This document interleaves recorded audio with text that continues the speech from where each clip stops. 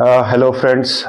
मेरा नाम नवीन कुमार सिंह है और आप लोग मेरे साथ एनसीईआरटी फाउंडेशन के साइंस क्लास को कर रहे हैं, जिसमें हम लोग एनसीईआरटी 6 to 12 क्लास के साइंस को पढ़ते हैं। ठीक है, पहले मैंने बायो स्टार्ट किया है और इसमें लगभग 20-25 वीडियो आपके पास जा चुके हैं।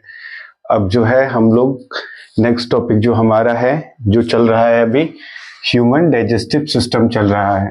तो ह्यूमन डाइजेस्टिव सिस्टम में हमने देख लिया था, डाइजेशन को देख लिया था कि डाइजेशन क्या होता है। जो पहले वीडियो डली है वो बात हम कर रहे हैं, रिकैप उसका ले रहे हैं। तो डाइजेशन हमने पढ़ा था। तो डाइजेशन में दो तरह के डाइजेशन को हमने पढ़ा। पहला था आपका फिजिकल डाइजेशन, जिसको आप लोग भौतिक पाचन के नाम से जानते हैं, और दूसरा था आपका केमिकल डाइजेशन।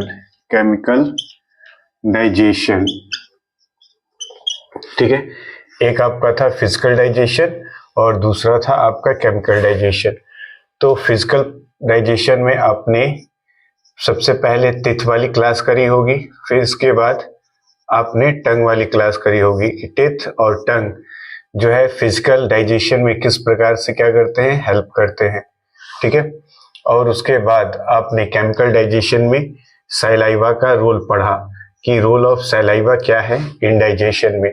ठीक है, तो यहाँ पर हमें एक मिला था कि जो लार मिश्रित भोजन, यानी यहाँ पे भोजन दांत के द्वारा, हमारे तेत के द्वारा काटे जाने के बाद, चीरने फाड़ने पीसने के बाद उसमें क्या होता है, सैलाइवा मिक्स्ड होता है और वो क्या बन जाता है, फिर सैलाइवा मिक्स्ड। और यहाँ से ही फिजिकल डाइजेशन शुरू हो जाता है। तो ये क्या बन जाता है, सैलाइवा मिक्स्ड फूड बन जाता है, यानी कि लार मिश्रित भोजन। तो यहाँ पर देख सकते हैं कि लार मिश्रित भोजन, ठीक है ना, लार मिश्रित भोजन। तो जो लार मिश्रित भोजन होता है, सैलाइवा मिक्स्ड फूड। तो जो सैलाइवा मिक्स्ड फूड है उसको हम लोग किस नाम से जानते हैं, बोलस के नाम से जानते हैं। ठीक है, बोलस के नाम से जानते हैं। जो भी सैलाइवा मिक्स्ड फूड होता है ये कहा जाता है, बोलस। तो बोलस क्या होता है, तो सैलाइवा मिक्स्ड भोजन जो होता है, लार मिश्रित भोजन को ही बोलस कहा जाता है। ठीक है, अब यहाँ पर हम लोग देख रहे हैं कि हमारे माउथ कैविटी के बाद, यानी कि जो भी स्ट्रक्चर हमने टीथ और टंग और सैलाइवा के बारे में पढ़ा, ये सभी माउथ कैविटी में उपस्थित थे। अब ये जो बोलस है माउथ कैविटी से आगे बढ़ेगा, कहाँ पहुंचता है, आपके फेर्निक्स में पहुंचता है, ग्रसनी में पहुंचता है। तो आपका जो नेक्स्ट हेडिंग हो जाएगा वो आपका हो जाएगा फेर्निक्स हो जाएगा। ठीक है, जिसे आप लोग ग्रसनी के नाम से जानते हैं। ठीक है ना। तो ये जो ग्रसनी होता है ये क्या होता है, एक कॉमन पैसेज होता है, एक सामान्य मार्ग होता है। तो ग्रसनी क्यों हम लोग क्या कर रहे हैं, अब ग्रसनी को डील कर रहे हैं। ग्रसनी क्या होता है, तो यह एक सामान्य मार्ग होता है। यह एक सामान्य मार्ग है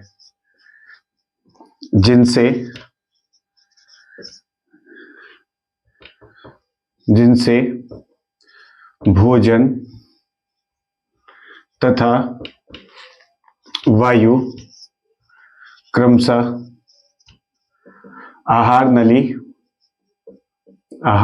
फूड पाइप, आहार नली तथा श्वास नली में पहुंच जाते हैं। ठीक है, तो मैंने आपको क्या बताया यहाँ पर कि फेर्निक्स जो होता है, ये वाला पार्ट जो है ये क्या है, आपका कॉमन पैसेज है। कॉमन पैसेज का मतलब सामान्य मार्ग है, जहां वायु भी पहुंचता है और हमारा जो बोलस है ये भी पहुंचता है। ठीक है, लेकिन कहने का मतलब अब हमारा यहाँ पर है कि जो श्वास है और ये जो आहार नली है, ठीक है, तो यहाँ पर एक बात याद रखिएगा कि यह एक सामान्य मार्ग होता है जिनसे भोजन तथा वायु क्रमशः आहार नली तथा, यहाँ पर लिख लीजिएगा, श्वास नली में, यानी कि ट्रैकिया में, विंड पाइप में पहुंच जाता है। ठीक है ना। तो यहाँ पर एक बात है, इसको लिख देते हैं। फेर्निक्स क्या है, तो कॉमन पैसेज है। ठीक है। फेर्निक्स क्या है, तो ये आपका कॉमन पैसेज है। किस चीज के लिए कॉमन पैसेज है, तो फूड और एयर के लिए कॉमन पैसेज है। फूड और एयर दोनों ही फेर्निक्स में पहुंचते हैं, और फेर्निक्स में पहुंचने के बाद वहां से फूड अलग अपने उस फेजस या फूड पाइप में चला जाता है, आहार नाल में चला जाता है, और उसके बाद जो हवाएं होती हैं, विंड जो हमने क्या किया है, इनहेल किया है, तो उसको क्या करते हैं, विंड पाइप के द्वारा भेज दिया जाता है।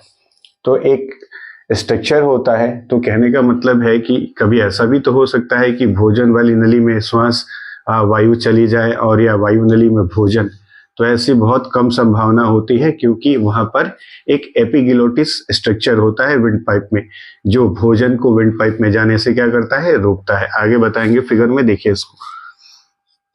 अब यहाँ पर एक और बात समझ जाइए कि ग्रसनी जो होता है, इसमें किसी प्रकार का पाचन नहीं होता है। तो यहां लिखिएगा कि ग्रसनी यानी कि फेर्निक्स में किसी प्रकार का पाचन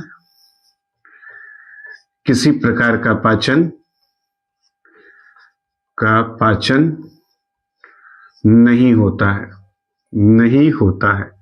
ठीक है, ये बात याद रहेगा आप लोगों को कि ग्रसनी में, फेर्निक्स में किसी भी प्रकार का पाचन नहीं होता है। ना ही फिजिकल पाचन होता है, और ना ही केमिकल पाचन होता है, ना ही भौतिक पाचन होगा, और ना ही रासायनिक पाचन।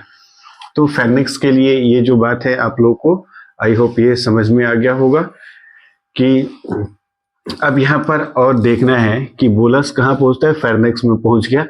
अब इसके साथ फेर्निक्स से कहाँ डिलीवर होता है, तो फूड पाइप में डिलीवर होता है। तो नेक्स्ट जो हमारे यहाँ पर हम लोग लिखने वाले हैं, ये हम लोग लिखेंगे फूड पाइप, जिसे आप लोग उस फेजस के नाम से जानते हैं, या जिसको आप लोग आहार नलिका, जिसे आहार नलिका के नाम से भी जाना जाता है। ठीक है, तो भोजन फेर्निक्स के बाद कहाँ पहुंच जाता है, आपके लैरिंक्स, फेर्निक्स के बाद कहाँ पहुंचता है, फूड पाइप में पहुंचता है। ठीक है, तो फूड पाइप भी क्या होता है, ये एक रूट होता है, ये एक पैसेज होता है, किसके लिए, फूड के लिए, भोजन के लिए, कि ये फेर्निक्स से भोजन को कलेक्ट करके कहाँ तक पहुंच जाता है, आपके आमाशय तक, आपके स्टमक तक, आपके पेट तक पहुंचाने का काम यही करता है। तो लिखेंगे कि यह एक नलिका है, यह एक नलिका है जिससे भोजन को मुख गुहा से, यानी कि माउथ कैविटी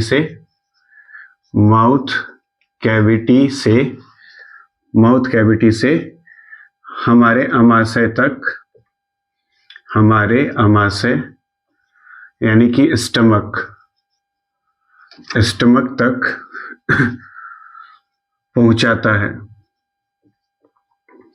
ठीक है, ये बात आप लोग समझ गए कि जो फूड पाइप होता है, उस फेजस होता है, आहार नलिका होती है, ये भोजन को क्या करती है, हमारे माउथ कैविटी से, मुख गुहा से कहाँ तक पहुंचाने की बात करती है, हमारे आमाशय तक पहुंचाने की बात करती है।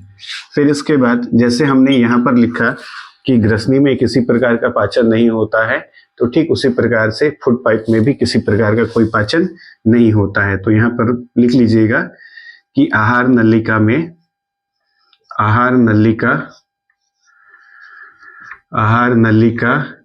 भी कोई पाचन नहीं होता, नहीं होता है। ठीक है, अब एक बात और याद रखिएगा कि फेर्निक्स से हमारा जो फूड है, बोलस है, वो कहाँ भेज दिया जाता है, फूड पाइप में भेज दिया जाता है। तो फूड पाइप में जैसे ही भोजन पहुंचता है, तो डायरेक्ट सीधे सरकते हुए हमारे स्टमक में, हमारे आमाशय में नहीं पहुंचता है।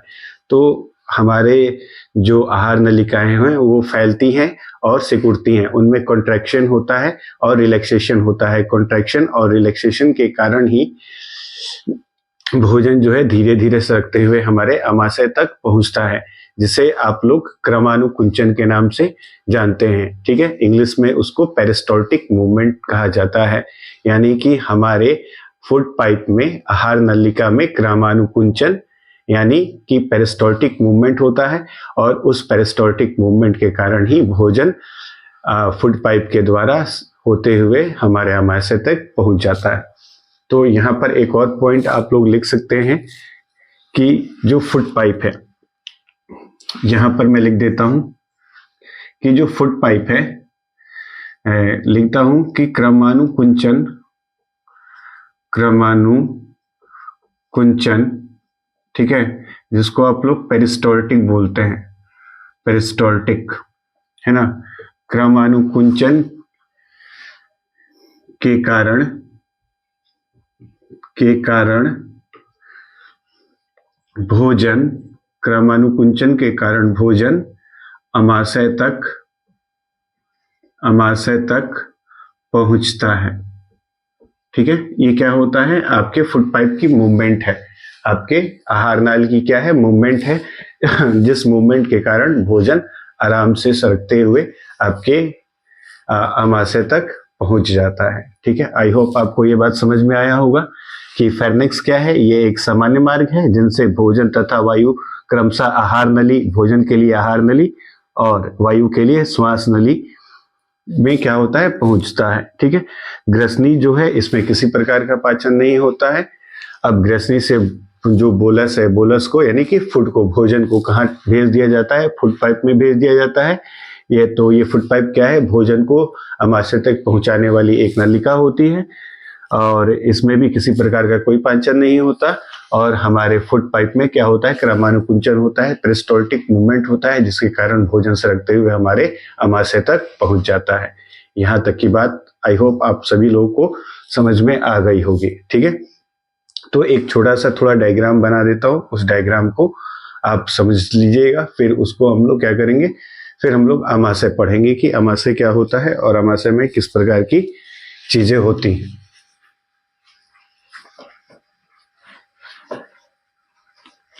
देखिए यहाँ पर सेम तो नहीं बनेगा, लेकिन फिर भी एक डायग्राम के माध्यम से आपको समझाने का प्रयास करते हैं। तो इसे आप लोग समझ जाइए, ये नेसल कैविटी है, नेसल कैविटी, ठीक है, जिससे आप लोग नासिक गुहा कहते हैं, नासिक गुहा। ठीक है, फिर इसके बाद हम लोग बनाते हैं माउथ कैविटी। माउथ तो ऐसा होता नहीं है, लेकिन फिर भी समझाने के लिए मैं बना रहा हूँ यहाँ पर। इसको बोलते हैं माउथ कैविटी, माउथ कैविटी। ठीक है, जिसे हम लोग मुख गुहा के नाम से जानते हैं। ठीक है, यहां से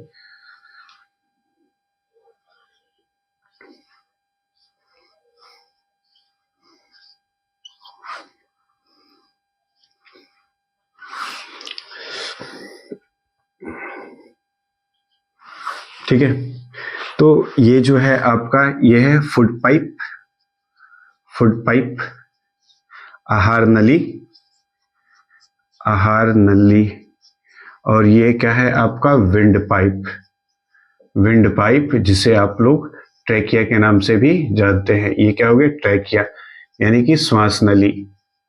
ये आपकी क्या हो जाती है, श्वास नली हो जाती है। और यहाँ पर एक स्ट्रक्चर होता है, यहाँ पर जहाँ डार्क कलर थोड़ा कर रहा हूं, इसे आप लोग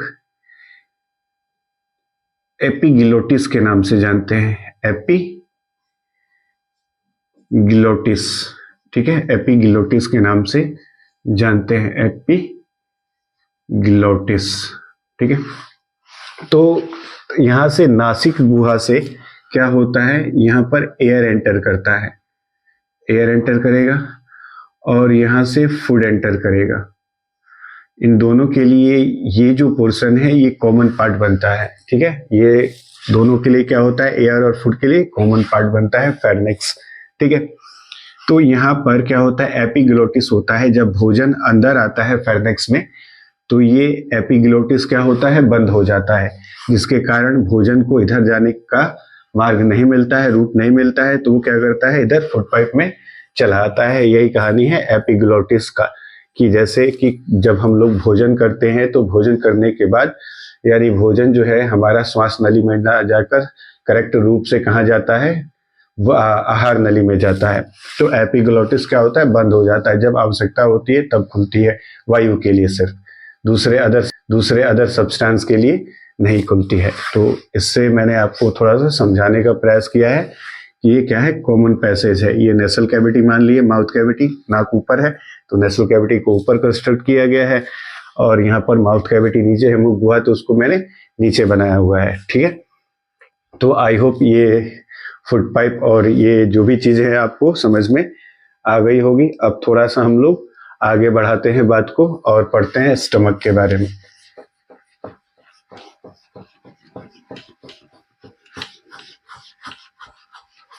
ठीक है, तो स्टमक जो होता है ये भी क्या होता है, हमारे शरीर का एक मांसल अंग होता है। जो भी स्टमक है यानी कि आमाशय जो होता है ये हमारे शरीर में उपस्थित एक मांसल भाग होता है। ठीक, और इसका आकार कैसा होता है, तो जे शेप्ड का होता है।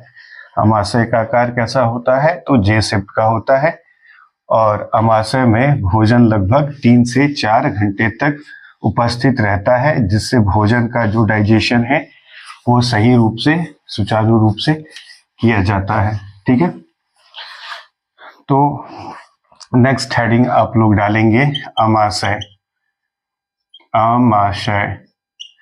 ठीक है, जिसे आप लोग पेट के नाम से भी जानते हैं या फिर उसको स्टमक के नाम से जानते हैं। ठीक है, तब इसको थोड़ा सा हम लोग डील करते हैं। ठीक है, तो आमाशय क्या होता है, यह एक मांसल मतलब मस्कुलर अंग होता है। यह क्या होता है, एक मांसल अंग होता है, मस्कुलर ऑर्गन होता है। फिर मैंने आपको बताया कि इसका जो आकार होता है कैसा होता है, जे शेप्ड आकार का होता है। यह अंग्रेजी के जे आकार का होता है, ये जे आकार का होता है। ठीक है, फिर मैंने क्या बताया आप लोगों को कि भोजन को सही ढंग से कायम में बदलने के लिए कितना समय लगता है, लगभग 3 से 4 घंटे तक। यानी कि हमारे आमाशय में भोजन कितने समय तक उपस्थित रहता है, तो 3 से 4 घंटे तक। तो लिखिएगा हमारे आमाशय में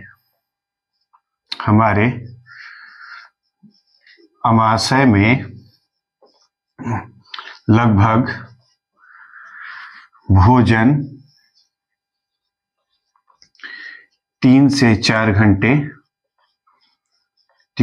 घंटे तक मौजूद रहता है। इस बीच में कई सारे गैस्ट्रिक जूस, जिसमें pepsin, rennin, mucus, lipase, HCl, hydrochloric acid, जिनका भी नाम लिया, वो सभी किस पर एक्शन करते हैं, बोलस पर एक्शन करते हैं, और उसको किस में चेंज करते हैं, तो कायम में चेंज करते हैं, कायम में परिवर्तित कर देते हैं। ठीक है, तो अब यहां पर देख लीजिए कि पार्ट्स ऑफ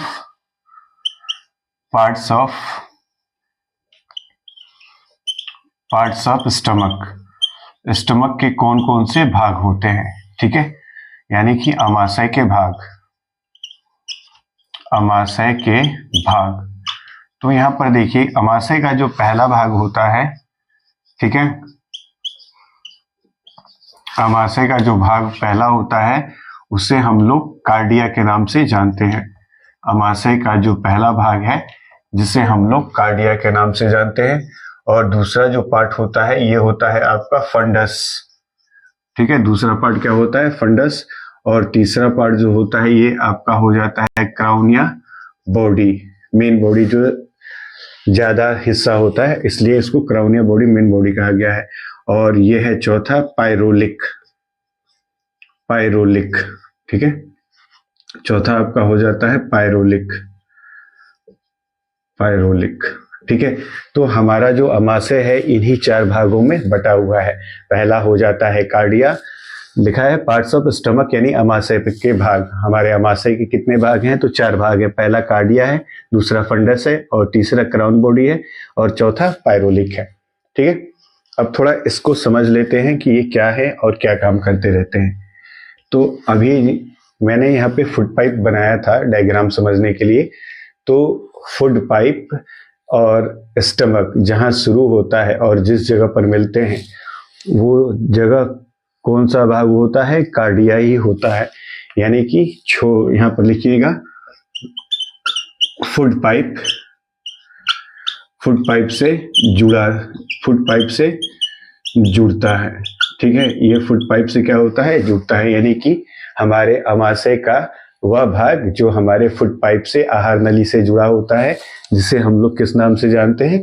कार्डिया के नाम से जानते हैं। एक और बात कि जैसे हमारे हार्ट में क्या होता है, हार्ट के चैम्बर्स में वॉल्व होते हैं जिनसे ब्लड का क्या होता है? बैक फ्लो नहीं हो पाता है। तो ठीक उसी प्रकार ये जो कार्डिया है ये फूड पाइप से भोजन को कलेक्ट करके कहाँ भेजता है? स्टमक में भेजता है।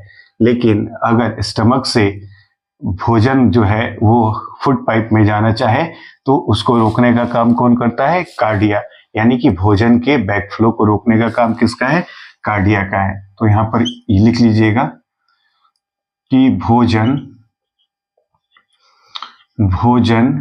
के बैक फ्लो को, भोजन के बैक फ्लो को रोकता है। भोजन के बैक फ्लो को क्या करता है? रोकता है। ठीक है, ये बात समझ में आ गया। और दूसरा जो पार्ट है, अब कार्डिया के थोड़ा सा नीचे स्टमक में बढ़ते हैं तो हमें वहां पर देखने को क्या मिलता है कि यहाँ पर अपचित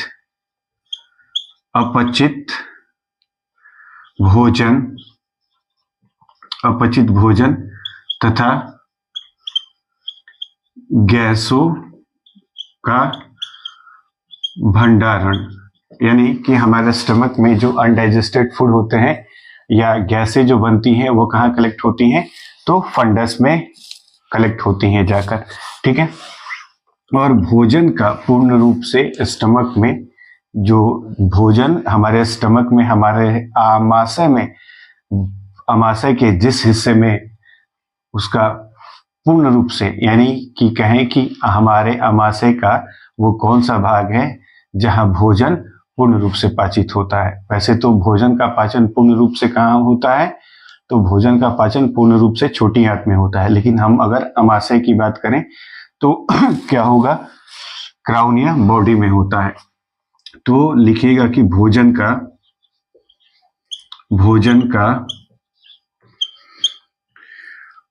पूर्ण पाचन का स्थान, ये सिर्फ आपको जो बताया जा रहा है ये सिर्फ अमाशय के लिए बताया जा रहा है। भोजन का संपूर्ण पाचन नहीं बताया जा रहा है, पूर्ण पाचन बताया जा रहा है। जब यहाँ पर बोलस किस चीज में बदलेगा? काइम में बदलेगा। ठीक है, हम बात कर रहे हैं किसकी? तो सबसे पहले हम बात कर रहे हैं कि जो भोजन है वो किस में बदलता है? बोलस में बदलता है, और बोलस के बदले सिर्फ कहाँ बदलता है? फिर काइम में बदलता है।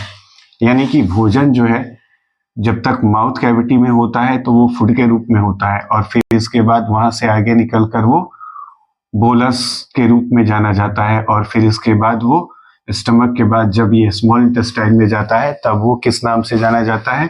तो काइम के नाम से जाना जाता है। ठीक है, ये बात याद रखिएगा। अब चौथा जो है अमाशय के भाग जो है इसको बोलते हैं पायरोलिक। तो ये जो पायरोलिक है ये किससे जुड़ा होता है? ये छोटी आंत से जुड़ा होता है। यह छोटी आंत से जुड़ा रहता है। ये छोटी आंत से जुड़ा होता है। ये छोटी आंत से जुड़ा होता है। ठीक है, छोटी आंत से जुड़ा होता है कहने का मतलब है यहाँ पर ये स्मॉल इंटेस्टाइन से कनेक्टेड होता है। ठीक है, जैसे मैंने आपको बताया कि यहाँ पर ये कार्डिया जो है फूड पाइप से जुड़ा होता है, वैसे ही जब भोजन जो है बोलस के बाद काइम में परिवर्तित हो गया तो काइम को छोटी आंत में भेजने वाला कौन है? तो यही पायरोलिक है। तो इसके लिए एक पॉइंट और बन रहा है। क्या पॉइंट बन रहा है? तो यह काइम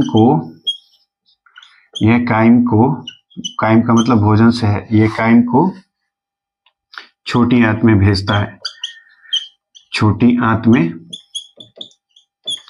भेजता है।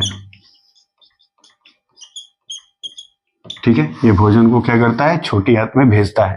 ठीक है, तो इतना समझ गए आप लोग कि जो अमाशय होता है ये एक मांसल भाग होता है, ये जे आकार का होता है और ये हमारे अमाशय में लगभग 3 से 4 घंटे तक भोजन रहता है। और 3 से 4 घंटे तक भोजन जब रहता है तो उस भोजन पर एक्शन करने वाले कौन है, तो कार्डिया, फंडस, क्राउन और पायरोलिक, ये सभी क्या है, हमारे अमाशय के भाग हैं और यहीं पर भोजन को क्या किया जाता है, ब्रेक डाउन किया जाता है अलग अलग। अब देखिए, अब इसके बाद एक और बात समझिए कि हमारे अमाशय में जो भोजन का पाचन होता है वो किसके द्वारा होता है, तो जठर रस के द्वारा होता है। जठर रस क्या होता है, तो ये एक रासायनिक पदार्थ होते हैं और ये रासायनिक पदार्थ क्या करते हैं, हमारे भोजन पर क्या करते हैं, प्रभाव डालते हैं। ठीक है, तो यहाँ पर एक पॉइंट बनता है, क्या पॉइंट है कि हमारे अमाशय में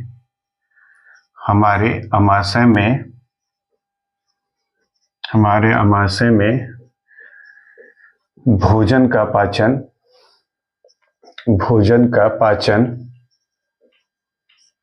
जठर रस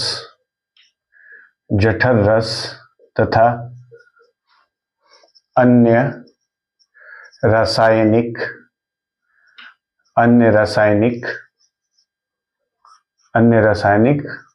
पदार्थों के द्वारा होता है। अन्य रासायनिक पदार्थों के द्वारा होता है।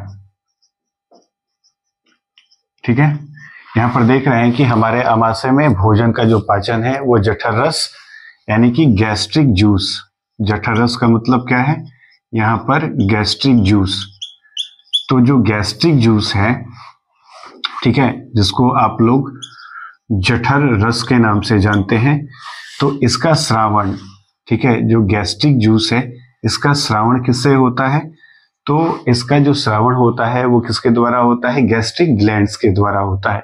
यानी कि हमारे अमाशय में जठर रस का स्राव जठर ग्रंथियों के द्वारा होता है। तो लिखेंगे इसका स्राव, इसका श्रावण, ठीक है, जठर ग्रंथियों के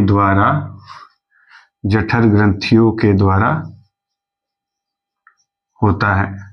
किसका श्रावण, तो जठर रस का श्रावण किसके द्वारा, गैस्ट्रिक ग्लैंड के द्वारा होता है, गैस्ट्रिक ग्लैंड्स के द्वारा होता है। ठीक है, ये बात याद रखिएगा कि जठर ग्रंथियों के द्वारा ही जठर रस का क्या होता है, स्राव होता है। एग्जाम्पल में जैसे पेप्सिन, ठीक है, पेप्सिन, फिर यहाँ पे लाइपेज, ठीक है, यहाँ पर पेप्सिन, लाइपेज, ठीक है, फिर इसके बाद म्यूकस, फिर इसके बाद रेनिन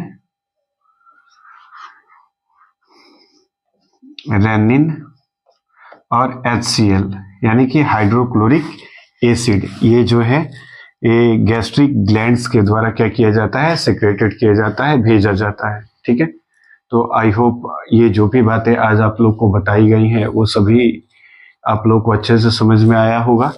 अब हमारी जो नेक्स्ट क्लास आएगी उस नेक्स्ट क्लास में इन जठर रस, जो भी pepsin, lipase, mucus, rennin, HCl, जो भी मैंने आपको गैस्ट्रिक ग्लैंड्स के द्वारा सिक्रेट की गई गैस्ट्रिक जूस के यहाँ पर नाम बताए हैं, अब इन्हीं लोगों को अगले क्लास में डील करेंगे कि पेप्सिन क्या करता है, रेनिन क्या करता है, लाइपेज का क्या काम है, म्यूकस का क्या काम है और HCl का क्या काम है, HCl को न्यूट्रलाइज कौन करता है, वगैरह जो भी टॉपिक है पूरे फुल्ली रूप से डिटेल्ड में आपको क्या किया जा रहा है, बताया जा रहा है।